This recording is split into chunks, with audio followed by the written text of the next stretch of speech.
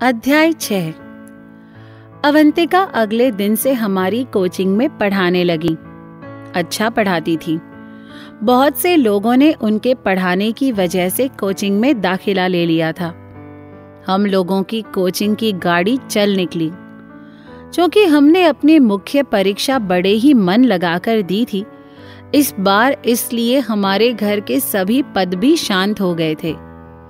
एक रात को जब हम खाना खा रहे थे तो कमिश्नर साहब ने कहा, इंजीनियर साहब की शादी की तारीख 16 फरवरी की निकल रही है। घर पर सब खुश हो गए। इंजीनियर साहब के मन में तो खुशी के लड्डू फूट रहे थे। आखिर उनकी पसंद के साथ उनकी शादी जो हो रही थी। कमिश्नर साहब ने मेरे और रोहित के सिर पर दूसरा धमाका किया कि फ्लाइंग ऑफिसर साहब 5 फरवरी से छुट्टियों पर आ रहे हैं 1 महीने के लिए। मैंने और रोहित ने ना में सिर हिलाते हुए एक दूसरे को देखा ही था कि हमें इस तरह देख अवंतिका मुस्कुरा दी। उन्हें हमारी पर्ची याद आ गई थी। भावना सबसे कहने लगी, मैं पहले बता दे रही हूँ, भैया की शादी पर मुझे सब की तरफ से एक एक ड्रेस चाहिए। उसने हम दोनों की ओर भी इशारा किया। मैंने और रोहित ने उससे कहा, तुम्हें जो चाहिए ले लेना, बस खरीदारी के लिए हमें मत ले जाना। खाना खाकर जब हम ऊपर आए तो अवंतिका लाइब्रेरी में बैठी किताब पढ़ रही थी। मैंने ड्रॉअर से 2 पर्ची निकाली। एक पर्ची रोहित को पकड़ा दी और हम दोनों ने अपनी लिखी पर्चियां दीवार पर टांग दी। जैसे ही हमने पर्ची लगाई, अवंतिका आकर देखने लगी। मेरी पर्ची में लिखा था, फ्लाइंग ऑफिसर साहब को इतनी लंबी छुट्टियां ना मिलें। उसने रोहित की पर्ची देखी। उसमें लिखा था, भगवान हमें हिम्मत देना, 1 महीने हम हर रोज अपनी बेइज्जती करा सकें। अवंतिका ने हंसते हुए कहा, आपके भैया बहुत खतरनाक हैं क्या? मैंने गहरी सांस भरते हुए कहा, बहुत ज्यादा। हमारे उठने बैठने से लेकर चलने खाने हर काम में बस कमी ही निकालते हैं। अपने आप को मिस्टर परफेक्ट समझते हैं। हम दोनों की हालत पर मुस्कुराते हुए अवंतिका वहां से चली गई। कई दिन बीत गए। ऐसे ही एक दिन अवंतिका भागती हुई नीचे आई और भावना से कहने लगी, भावना रिजल्ट आ गए, नेट पर चेक तो करो। भावना ने जल्दी से नेट कनेक्ट किया और देखने लगी। अवंतिका ने कहा, पहले अपना परिणाम देखो। भावना विषयवार अपने नंबर देखने लगी। उसके अंक बहुत अच्छे आए थे। जज साहब और कमिश्नर साहब भारी खुश हो गए थे उसके नंबर देखकर, और एक बार फिर हमें ताने सुनाए गए। आज बहन का रिजल्ट था, तो इस खुशी के मौके पर मैंने और रोहित ने उनकी बातों का बुरा नहीं माना। भावना ने जैसे ही कहा, अवंतिका अपना रोल नंबर दो, तुम्हारा रिजल्ट भी देख लेते हैं। अवंतिका कहने लगी, रहने दो भावना, इस बार हम बहुत अच्छा नहीं कर पाए हैं, सबके सामने मत देखो हमारा परिणाम। भावना जिद कर उसका रोल नंबर डालकर सबके सामने उसका रिजल्ट देखने लगी। जब परिणाम देखा तो भावना ने बस इतना ही कहा, अवंतिका ये सब क्या है? हम सबने जब उनका रिजल्ट देखा तो हमारे गले सूख गए। उन्हें हर विषय में 96, 97, 98 ऐसे अंक मिले थे। जज साहब उनके सिर पर हाथ रखकर कहने लगे, बहुत अच्छा रिजल्ट है बेटा आपका। भावना कहने लगी, तुमने जब कुछ नहीं पढ़ा था तब इतने अंक मिले हैं, अगर पढ़ लेती तो क्या करती? भावना जज साहब से शिकायती लहजे में बोली, आपने हमें अच्छे से नहीं पढ़ाया पापा, उसे तो किसी ने पढ़ाया भी नहीं, और देख लीजिए। अवंतिका भावना से बोली, तुम हमसे प्रतियोगिता करना छोड़कर अगर पढ़ाई करोगी तो अच्छे नंबर लाओगी भावना।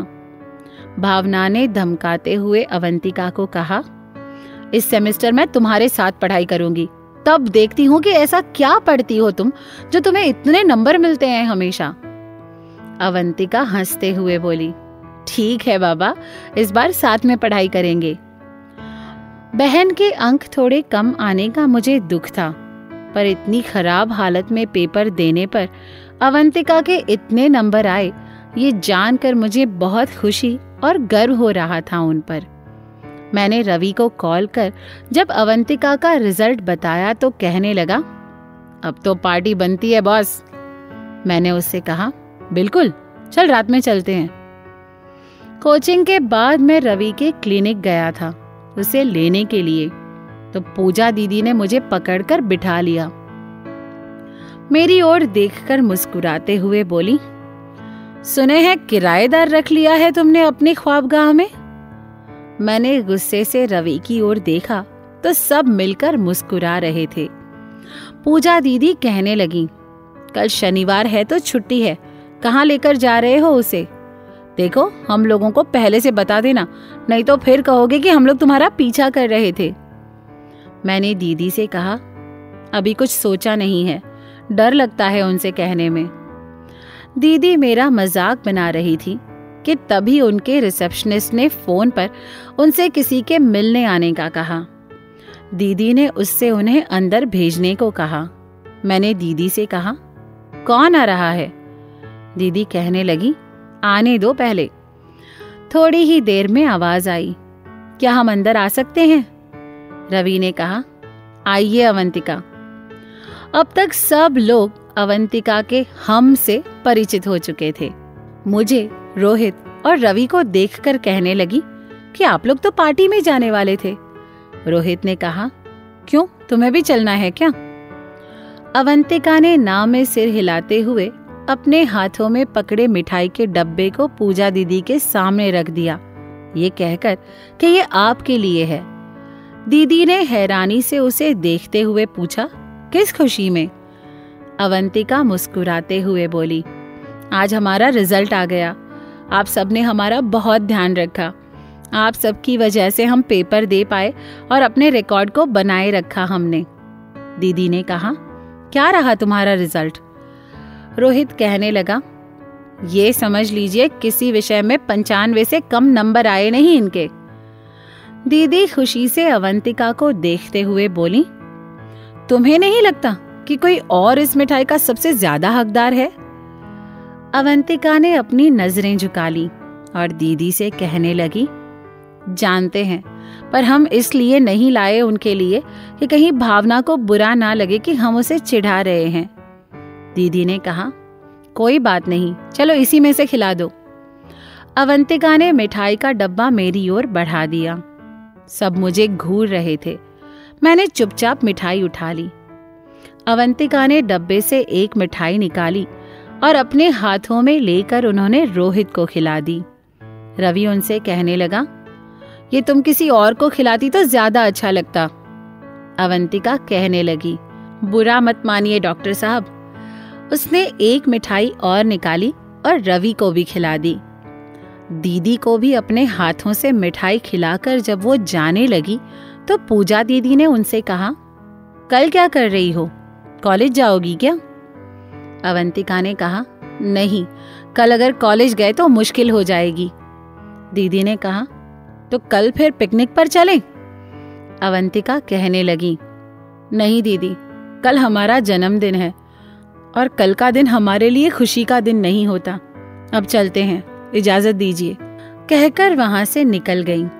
हम चारों एक दूसरे को देखते रह गए। मैं, रवि और रोहित वहां से निकल गए होशंगाबाद रोड पर बने ढाबे पर पार्टी मनाने। पार्टी क्या की, सालों को मुझे चूना लगाना था अवंतिका के नाम पर।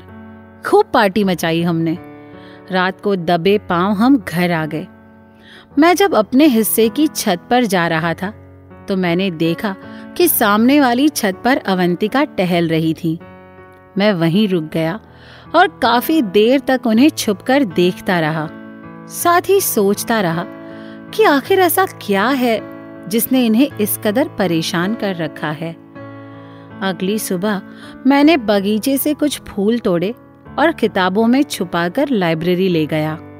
अवंतिका जब अपने कमरे से बाहर आई तो मैंने उन्हें जन्मदिन की शुभकामनाएं देते हुए गुलाब पकड़ा दिए। मुस्कुराते हुए उन्होंने धन्यवाद कहते हुए जब मेरी ओर देखा तो उनकी आंखें सूजी हुई थी, जैसे कि रात भर रोई हों।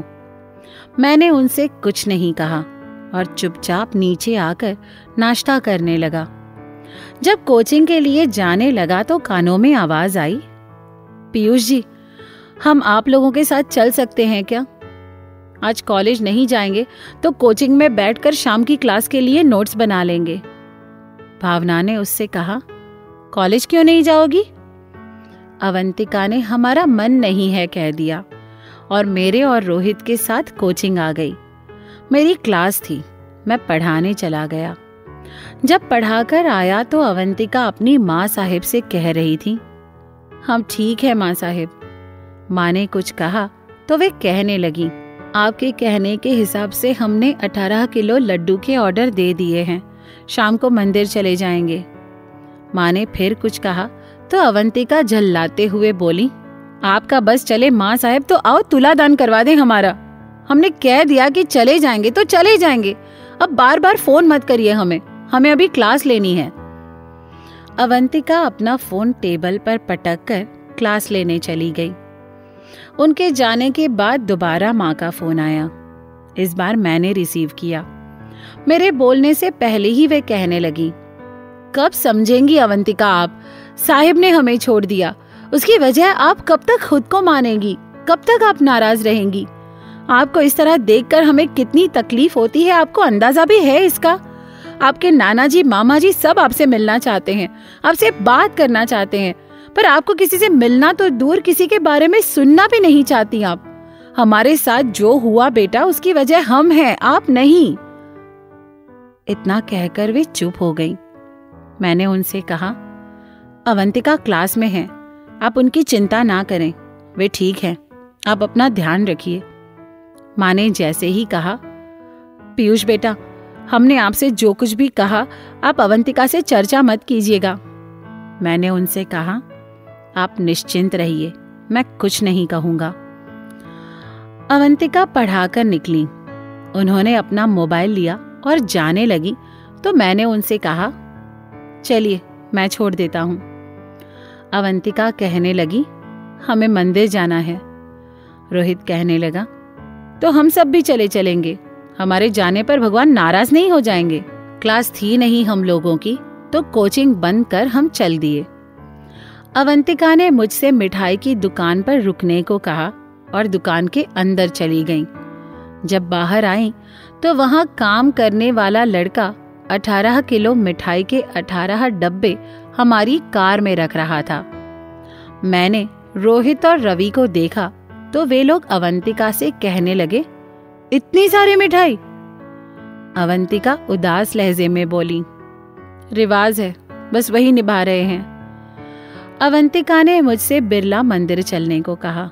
हम लोगों ने मंदिर पहुंचकर किसी तरह मिठाई के सारे डब्बे ऊपर पहुंचाए। भोग लगवाकर 2 डब्बे अपने पास रख उसने बाकी के 16 डब्बे गरीबों में बांट दिए। हम तीनों मंदिर की सीढ़ियों पर बैठकर उन्हें देख रहे थे।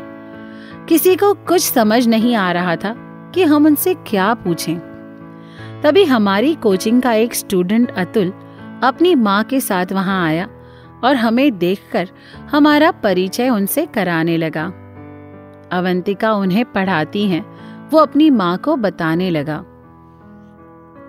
उनसे मिलकर अवंतिका ने हम लोगों से चलने को कहा। मैंने पूछा, कहाँ?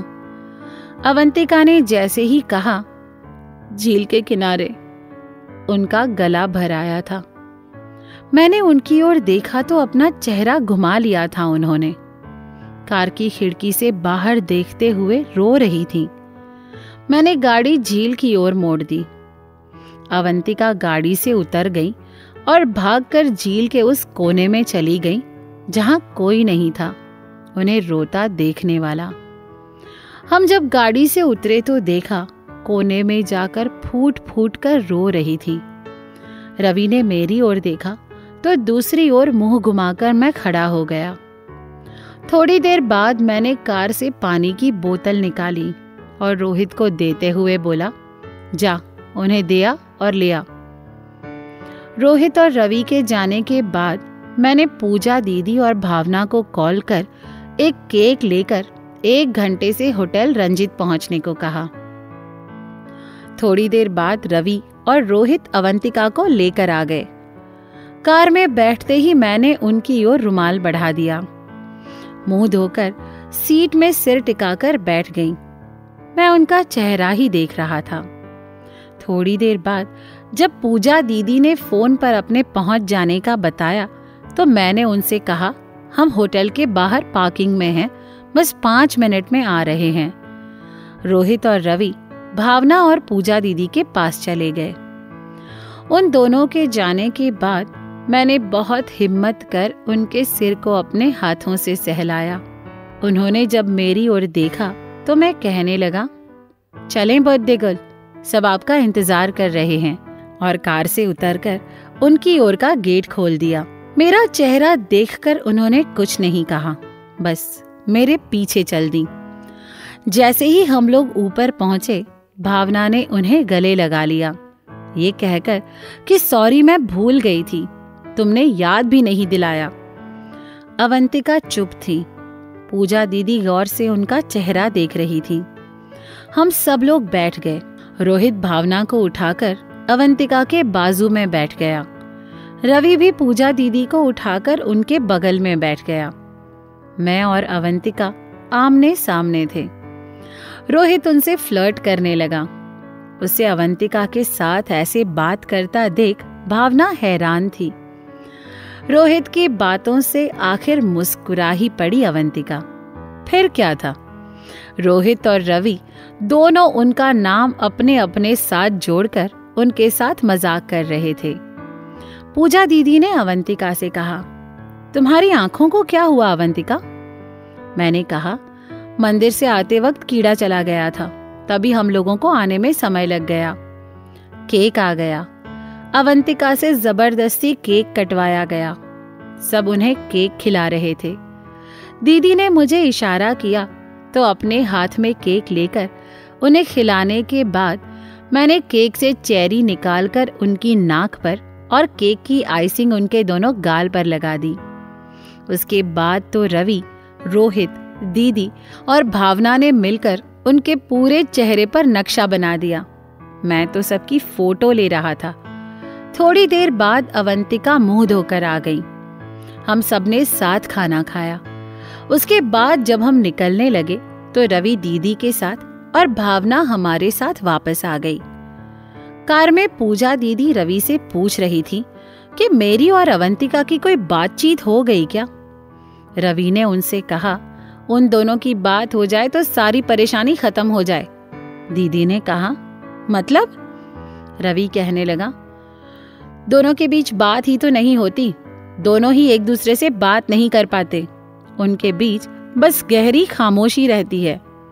पूजा दीदी ने कहा, उसकी आंखें कितनी लाल थीं। रवि कहने लगा, 1 घंटे से रो रही थी तो लाल तो होंगी ही। पूजा दीदी ने हैरानी से कहा, पर क्यों? रवि कहने लगा, ये तो कोई नहीं जानता, किसी से ज्यादा बात नहीं करती वो। पूजा दीदी उससे कहने लगी, किसी दिन मेरे पास भेजो उसे, मैं बात करती हूँ। हम सब जब घर पहुंचे तो अवंतिका ने सबको मिठाई खिलाई और अपने कमरे में चली गई। दोस्तों, ये कहानी और ऐसी और भी कहानियों के लिए आपको सिर्फ प्ले स्टोर पर जाकर प्रतिलिपि FM टाइप करना है और आप इसको इंस्टॉल करके ढेर सारी कहानियाँ सुन सकते हैं और उसके बाद लॉगिन करके आराम से अपना समय एंजॉय कर सकते हैं। शुक्रिया।